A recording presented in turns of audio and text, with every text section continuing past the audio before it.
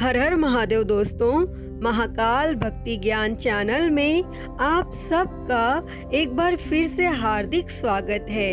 दोस्तों, हिंदू धर्म में प्रत्येक पूजा का अपना ही एक अलग महत्व होता है और हर पूजा को किसी न किसी उद्देश्य की वजह से किया जाता है। यदि आपके विवाह में कोई बाधा आ रही हो या वैवाहिक जीवन में नोक झोंक चल रही हो और आपको संतान सुख की प्राप्ति नहीं हो रही हो, तो आपको माँ मंगला गौरी के व्रत को विधि विधान से करना चाहिए। और माँ मंगला गौरी व्रत श्रावण माह के मंगलवार को ही किया जाता है।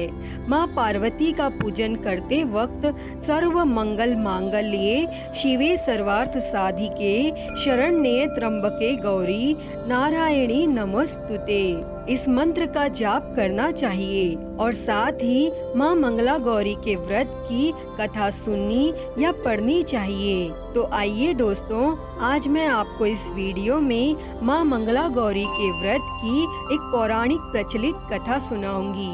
तो आप सभी से विनम्र निवेदन है, इस कथा को अंत तक जरूर सुने।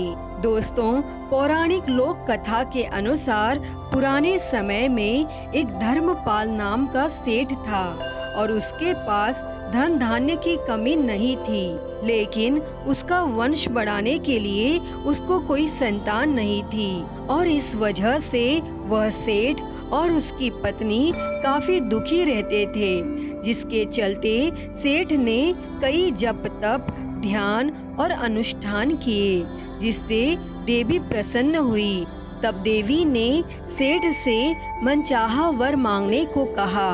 तब सेठ ने कहा कि माँ, मैं सर्व सुखी और धन धान्य से समर्थ हूँ, परंतु मैं संतान सुख से वंचित हूँ। मैं आपसे वंश चलाने के लिए एक पुत्र का वरदान मांगता हूँ। तब देवी ने कहा, सेठ, तुमने यह बहुत दुर्लभ वरदान मांगा है, पर तुम्हारे तप से प्रसन्न होकर मैं तुम्हें वरदान तो दे देती हूँ, लेकिन तुम्हारा पुत्र केवल 16 साल तक ही जीवित रहेगा। तब यह बात सुनकर सेठ और सेठानी काफी दुखी हुए, लेकिन उन्होंने वरदान स्वीकार कर लिया और फिर देवी के वरदान से सेठानी गर्भवती हुई और उन्होंने एक पुत्र को जन्म दिया। तब सेठ ने अपने पुत्र का नामकरण संस्कार किया और उसका नाम चिरायु रखा।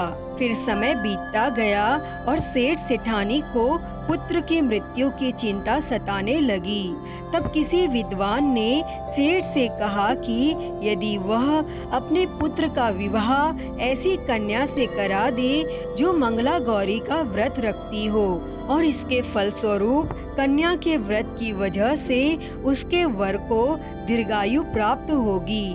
तब सेठ ने विद्वान की बात मानकर अपने पुत्र का विवाह ऐसी कन्या से ही किया जो माँ मंगला गौरी का विधि पूर्वक व्रत रखती थी और इसके परिणाम स्वरूप चिरायु का अकाल मृत्यु दोष स्वतः ही समाप्त हो गया और उस सेठ का पुत्र नामानुसार चिरायु हो उठा।